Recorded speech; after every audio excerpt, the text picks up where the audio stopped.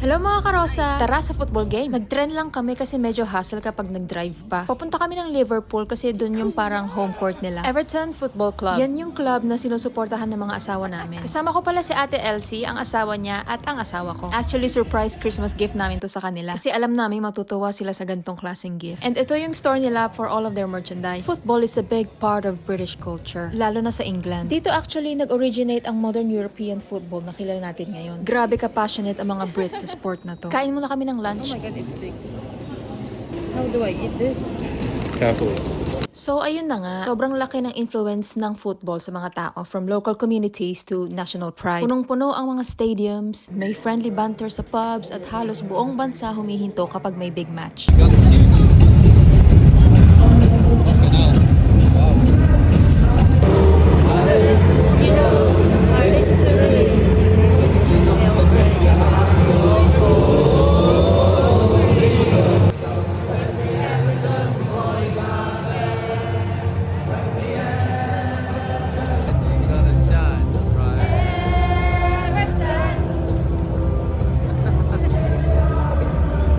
Hindi ko alam kung ano nangyari dito sa away fans pero tatlo yung nahuli ng pulis na nakita ko. Naku, stricto sila dito kaya wag ina-underestimate.